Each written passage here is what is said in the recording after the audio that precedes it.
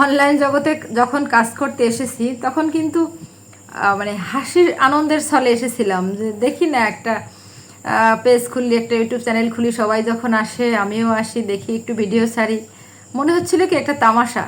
আসলে যে এটা কত কঠিন, যখন এখন এর ভিতরে দিন দিন আরও বেশি সময় যাচ্ছে তখন আরও বেশি বুঝতেছি যে কত পরিশ্রম করতে হয় এবং কত ধৈর্য ধরতে হয়। খুশির ছলে আসলাম, মনের খুশিতে আসলাম, একটা পেজ খুললাম, একটা চ্যানেল খুললাম, 2টা ভিডিও দিলাম, হয়ে গেল। বিষয়টা একদম এরকম না।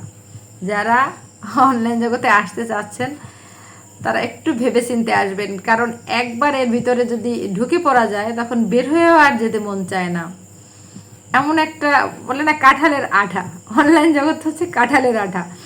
আপনি একবার যদি ঢুকে পড়েন তাহলে আর বের হতে পারবেন না। আর বের হতে পারবেন না মানে এর পিছনে অনেক অনেক বেশি সময় দিতে হবে। আর এতটা সময় যাকে দেওয়া হয় তার প্রতি কিন্তু একটা ভালোবাসা তৈরি হয়, অন্যরকম একটা মায়া তৈরি হয়ে যায়। আর এই মায়ার বাঁধন কেটে বের হয়ে যাওয়া যায় না, যার কারণে একবার যদি কেউ ঢুকে পড়ে সে আর বের হয়ে যেতে পারবে না।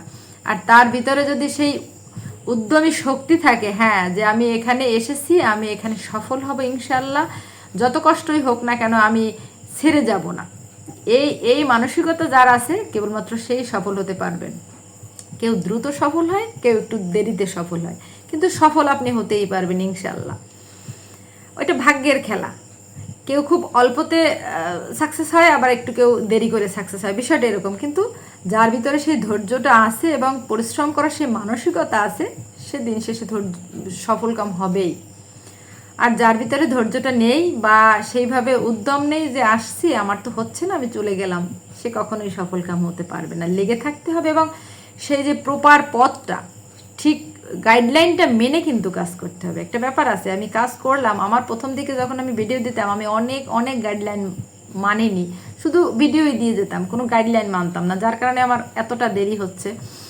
কিন্তু আমি যদি গাইডলাইন মেনে কাজ করতাম তাহলে কিন্তু আমার এত দেরি হতো না। আর এর পিছনে আরও একটা কারণ আছে, এত গাইডলাইন মেনে এত সময় দেওয়া এটা আমার কাছে আসলে সম্ভব হচ্ছিল না, কারণ আমি একটা চাকরি করি, চাকরির পাশাপাশি এই কাজটা করা আমার জন্য অনেক অনেক কষ্টসাধ্য। আমার সংসার, সন্তান, এগুলো সবই আছে।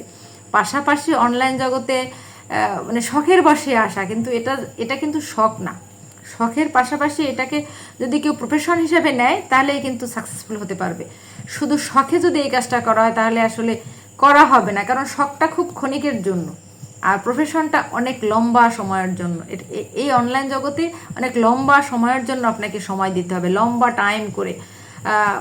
আপনি প্রতিদিন 10 মিনিট 20 মিনিট এটুকু সময় দিলেন, আসলে বিষয়টা এরকম না। আমরা শখ করে আধা ঘন্টা একটা নাটক দেখলাম, বিষয়টা এরকম না। ঘন্টার পর ঘন্টা এর পিছনে সময় দিতে হবে, তাহলেই সফলকাম হওয়া যাবে। যাই হোক, ভিডিওটা কেমন লাগলো প্লিজ একটু কমেন্টের মাধ্যমে জানাবেন।